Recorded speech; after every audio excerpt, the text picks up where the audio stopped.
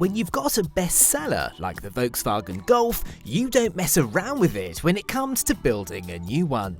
Which probably explains why over 7 generations, 35 million sales, the Golf has gradually evolved. So when there's news of a new one, it's rather a big deal. And here it is, the brand new Mark 8. Now Volkswagen says this car's got a new body, it's got a range of new mild hybrid engines and a brand new interior. But what we really want to know is this new Mark 8 still the benchmark of the hatchback class? Well, that's what I'm going to find out in this review. And for many more reviews on the Auto Express channel, make sure you switch on those notifications, press the subscribe button and leave your comments below. Here it is then. While it may look different from some angles from the model it replaces, the styling is still Golf-like. The interior may be more modern in look and some of the engines may well be all new, but the platform on which the Mark 8 Golf sits on isn't. As it's done for decades, the new Golf pulls off the trick of being cleverly evolutionary.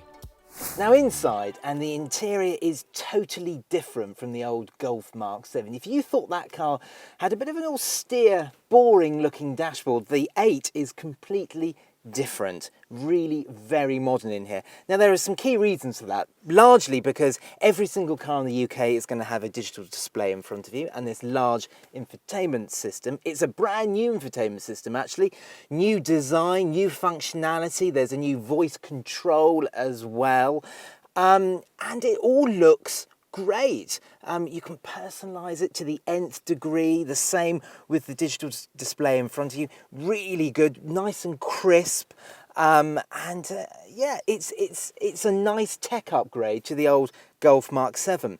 Another big change in here is the lack of physical controls. Now, there are virtually no knobs or buttons in here. Virtually everything is controlled with these touch-sensitive controls here. It does take a bit of getting used to, I have to say, especially the volume control here because it works on a slider. But I think after a while, you probably would get used to it. And the same goes for this infotainment system because on the move, it is a bit tricky to use. But I think with time, you would get used to it. Now, quality.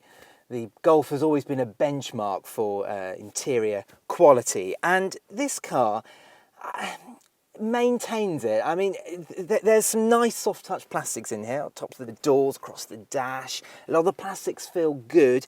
However, there are a few things that I do question, like this trim here. Hear that? It just feels just a little bit cheap and tinny. And these soft touch plastics they're not repeated onto the back doors either, which is a bit of a shame really. But ergonomically and design-wise, it really does work in here, and it makes other cars in this class feel just a little bit old-fashioned. Interior space is pretty much identical to how it was before. So there's a boot that's of average, not class-leading size, and there's decent space in the back with good headroom and knee room. Along with the soft-touch plastics not being repeated onto the back doors, there are other signs of cost-cutting. Lift up the bonnet and the gas struts have been replaced by a manual strut, and the inside of the bonnet is unpainted. Which all seems a bit mean for a car that prides itself on having a quality feel.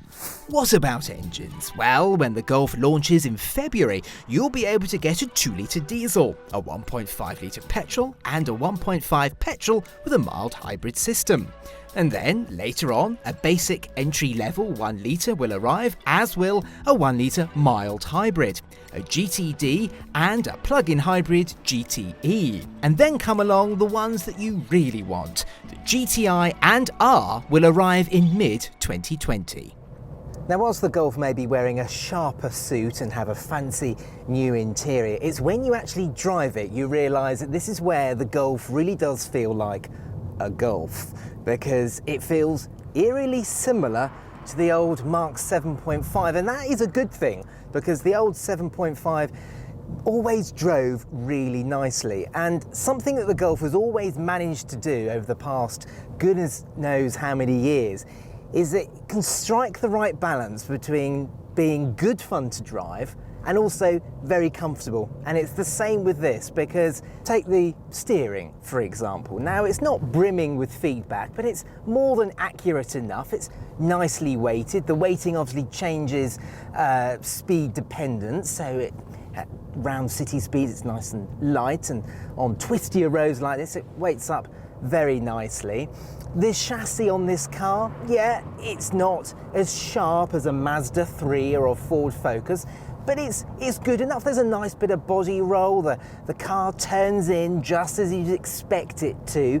But the thing that I always like, especially about VW Group cars, is just that the controls, they all seem to talk nicely together. Now, I know that sounds a bit fancy, but from the steering to the pedals all feel nice and consistent.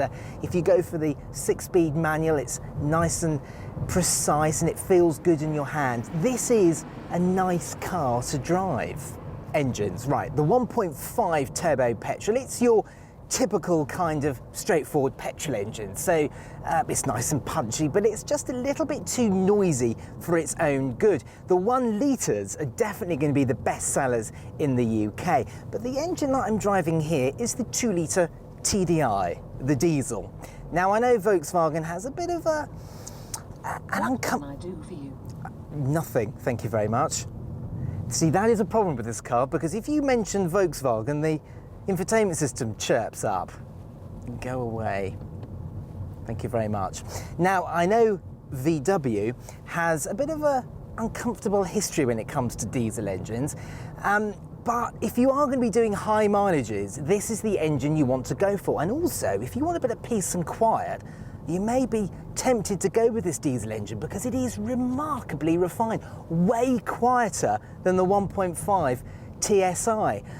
There is a bit of wind whistle around the mirror here, but it's really not too bad. And on the motorway, this car is eerily quiet. And one thing that the Golf has always managed to do, and even more so in this Golf Mark 8, is it feels as though you're driving a far more mature and sophisticated car than you actually are driving. I won't go so far as saying this feels like a car from the class above, but you know what I sort of mean. Gripes? Well, it's mostly due to the car's new tech. Now, this new infotainment system, it looks very fancy, and as I've already shown you, you can talk to it as well. But the layout and the system is just really quite difficult to use. Now, I know I haven't spent a huge amount of time with this car, and if you bought this car, you'd get used to that pretty quickly, but it is a lot more difficult to use than the old system in the VW Golf. People complained that the old VW Golf was very austere, very boring. Here they've tried to glam things up, but I think it's not the better for it. There's a very good reason for it feeling just like the old Golf, because it's pretty much a Mark 7 underneath. The 8 sits on VW's familiar MQB platform. Rather unusually, UK cars will follow German trim level badging, so the basic model is simply called Golf. SE becomes Life, and Style replaces SEL. Our line carries on, and while UK specs or prices haven't been confirmed yet, standard kit should include LED headlights, keyless start and lane keep assist, with prices kicking off at around £20,500. This Style 2-litre TDI is likely to be pushing £29,000. So, are we looking at the return of the king? The hatchbacks all others aim to beat. Well, with no prices, MPG or CO2 figures revealed yet, it's a tricky one to answer. If you wanted your old Golf to feel a bit more techy, then you'll love this new one.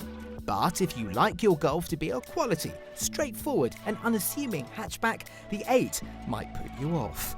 This is very much a case of time will tell.